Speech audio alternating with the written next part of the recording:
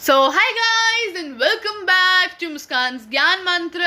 और गाइज आज मैं आप लोगों के लिए लेके आई हूँ क्लास 9th का चैप्टर टिश्यूज का पार्ट 4। लेकिन उसे शुरू करने से पहले गाइज हमारे चैनल का super thanks feature, super chat, super stickers और मेंबरशिप इनेबल हो चुकी हैं। अगर आप लोग समझना चाहते हैं कि ये क्या है तो प्लीज़ जाके वीडियोस का लिंक डिस्क्रिप्शन बॉक्स में चेक कीजिए। अगर चैनल को डोनेट करना चाहते हैं तो सुपर थैंक्स का ऑप्शन यूज़ कीजिए। मेंबर बनना चाहते हैं तो मेंबरशिप का ऑप्शन है अवेलेबल, ज्वाइन का ऑप्शन है, सब्सक्राइब के साथ क्लिक कीजिए और मेंबर बन जाइए। और अगर आप लोग बोर हो रहे हैं, इरिटेट हो गए हैं पढ़ के, तो ये देखिए मज़ेदार सी वीडियोस मेरे दूसरे चैनल पगलेट चैनल का लिंक मैं आपको डिस्क्रिप्शन में दे दूंगी। और अगर आप लोगों ने मुझे अभी तक मौज MX टकाटक और इंस्टाग्राम पे फॉलो नहीं किया है तो जाके कीजिए, मेरे सारे लिंक्स डिस्क्रिप्शन में है। फिलहाल हम जल्दी से चैप्टर को शुरू करते हैं।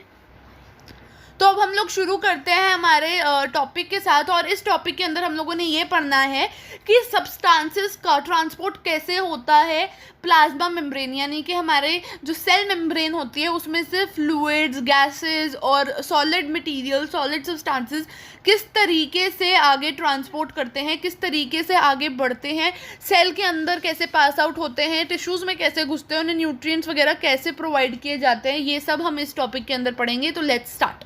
अब प्लाज्मा मेम्ब्रेन के भी अलग अलग टाइप्स होते हैं। एक होती है सिलेक्टिवली परमिएबल, एक होती है जो बिल्कुल भी बिल्कुल ही non permeable membrane. Non permeable membrane में कोई भी चीज़ प्लाज्मा मेम्ब्रेन के आगे उसके अंदर नहीं जा सकती।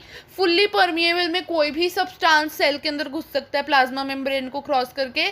और सिलेक्टिवली परमिएबल मेम्ब्रेन के अंदर क्या होता है कि कुछ स्पेसिफिक चीज़ों की, यानी कि कुछ स्पेसिफिक सब्सटेंसेस की, कुछ स्पेसिफिक टाइप की गैस, कुछ स्पेसिफिक टाइप का लिक्विड, कुछ स्पेसिफिक टाइप का सॉलिड ही जो है वो सेल के अंदर पास ऑन कर सकता है। क्योंकि सिलेक्टिवली परमिएबल मेम्ब्रेन सिर्फ सिलेक्टिव सब्सटेंसेस का ही इन एंड आउट अलाउ करती है।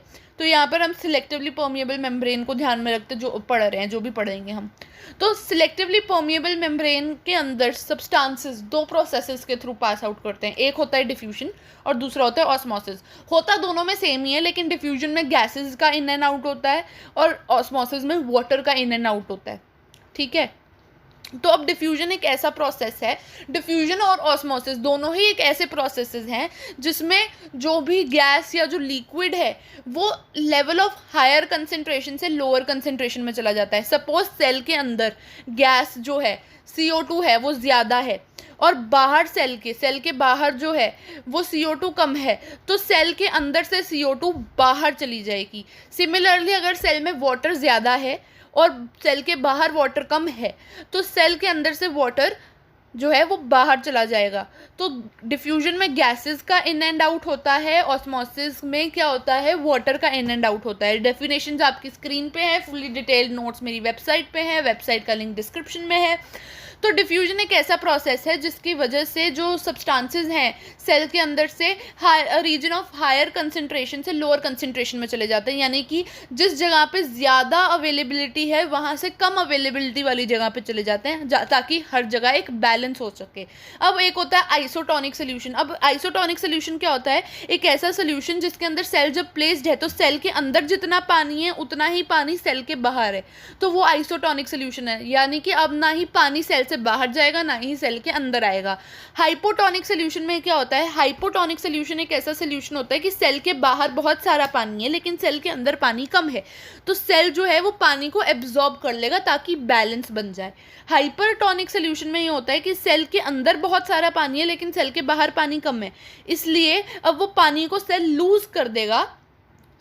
पानी को लूज कर देगा ताकि जो बाहर है वो पानी बढ़ जाए और बैलेंस बन जाए। अब एंडोसाइटोसिस एक ऐसा प्रोसेस होता है जिसके थ्रू प्लाज्मा मेम्ब्रेन जो होती है वो फूड को, सॉलिड सब्सटेंसेस को इनगल्फ करती है। इसके 3 प्रोसेसेस होते हैं। फेगोसाइटोसिस जिसके अंदर सेल खाना खाता है, फोटोसाइटोसिस जिसमें सेल ड्रिंक करता है, और रिसेप्टर मीडिएटेड एंडोसाइटोसिस। ये बहुत ही कॉम्प्लेक्स हैं और आगे डिटेल में आप पढ़ेंगे। अगर आपकी टीचर कराती हैं तो मुझे कमेंट सेक्शन में बताइएगा। यहाँ पर हम सिर्फ फेगोसाइटोसिस पढ़ेंगे जिसके थ्रू अमीबा जो है वो खाना खाता है, अमीबा खाना एब्जॉर्ब करता है, उसे खाना मिलता है। तो इसमें क्या होता है, कि जो अमीबा की सेल मेम्ब्रेन है वो अपने आप को खाने के पास ना एक्सपैंड कर लेती है और उसके आसपास एक घेराव बना लेती है, गोला सा बना लेती है। इसका डायग्राम आपकी बुक में अवेलेबल है, आप कहीं और से भी कर सकते हैं। तो उसके आसपास एक कैविटी बना देती है, एक सर्कल बना देती है, उसे घेर लेती है और फिर वो खाने को धीरे धीरे अपनी बॉडी में अमीबा के ले जाती है। फिर खाना जब डाइजेस्ट हो जाता है पूरा अमीबा में घूम घूम के, तो उसके बाद जो वेस्ट मटेरियल होता है उसको बाहर निकाल दिया जाता है अमीबा की बॉडी से। सो गाइज ये पार्ट होता है यहीं समाप्त। आई होप आप लोगों को समझ आया होगा। अगर समझ आया हो तो लाइक कीजिएगा, शेयर कीजिएगा और मेरे चैनल को सब्सक्राइब कर लीजिएगा। इस चैनल को भी, पगलेट वाले चैनल को भी लिंक डिस्क्रिप्शन में है। मुझे इंस्टाग्राम मौज MX टकाटक पे जाके अगर फॉलो करना चाहते हैं तो ज़रूर कीजिएगा। और हाँ, इस चैप्टर का अब जो टॉपिक रह गया है वो है एनिमल टिश्यूज़ वाला टॉपिक, जिसके ऊपर मैं वीडियो बहुत जल्दी लाऊंगी और ट्राई करूंगी कि सारे टाइप के एनिमल टिश्यूज़ को एक ही वीडियो में कवर कर दूँ। आई होप आप लोगों को समझ आ रहा होगा। अगर इस चैप्टर की डिटेल नोट्स चाहिए तो मेरी वेबसाइट का लिंक डिस्क्रिप्शन बॉक्स में, कोई डाउट हो तो कमेंट करके ज़रूर पूछेगा। और याद रखिएगा इस चैनल को 5000 सब्सक्राइबर्स तक पहुंचाना है। टाइम है till October. Till then bye bye guys.